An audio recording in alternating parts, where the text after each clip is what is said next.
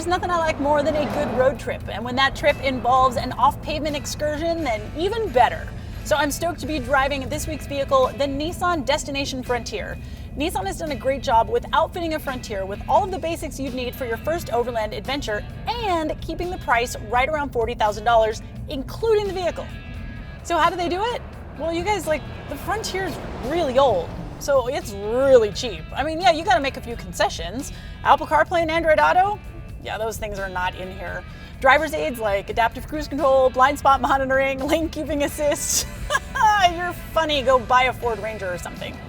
But still, it's not all bad. We've got a 4-liter V6 engine pushing out 261 horsepower and 281 pound-feet of torque. That's mated to a positively ancient 5-speed automatic transmission, but you can get a manual if you so desire. And I haven't taken this particular Frontier off-road, but my past experiences with the truck, I mean, this thing will billy goat over pretty much anything in 4-low. I personally would probably add a locker to any overlanding vehicle, but it's not a deal breaker. You don't really need it. And remember, the Destination Frontier is all about what is absolutely necessary.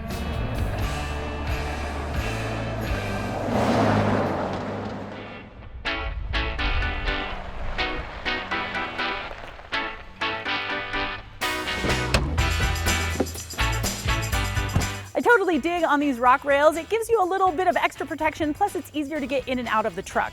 But if you're gonna go off-roading, absolutely the first thing you need to do is get yourself a better wheel and tire package. Here I've got the Nitto Trail Grappler mud terrains wrapped around 17-inch American racing wheels. Now they might look like beadlocks, but it's a little bit fakey McFakerstein. But remember, this is all about must-haves to go overlanding, not necessarily nice-to-haves. We've got a 3-inch lift, gives me better off-road geometry all the way around, and you know I dig on a nice steel bumper. Gives me a little bit of protection up front, and it's a good place to mount the Baja Designs LED spotlights. But here's the thing, y'all. When you go off-road, you are gonna get stuck, I guarantee it. And when that happens, it is a Warren winch to the rescue. Now you're probably gonna find yourself stuck where a winch might be a little bit of overkill, and in that case, Nissan's got a set of recovery boards for you. Now, I appreciate that Nissan's trying to save money, but these, you guys, they are no good. So just spend the extra money and get yourself a set of Max Tracks. You're gonna be a lot happier.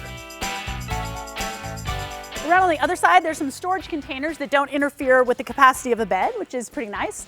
I've got some containers for gas and fresh water. And while you can find coolers that'll keep ice for a couple of days, I mean, I don't know about you, but I'd rather just spend the extra money, get myself a real fridge so I can have cold sodas for the entire trip. Oh, and did I tell you about the tent? Because there's a rooftop tent.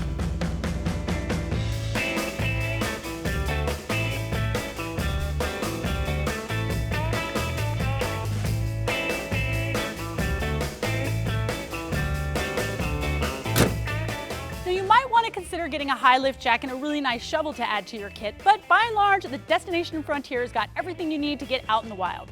However, your price may vary.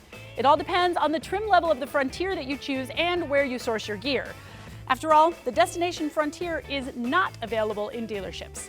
But I want to know what you think. Tell me in the comments, what would you start with? Would you start with suspension? Would you start with wheels and tires? Or would you just start with the winch and pull you out of everything? Let me know in the comments and be sure to like and subscribe.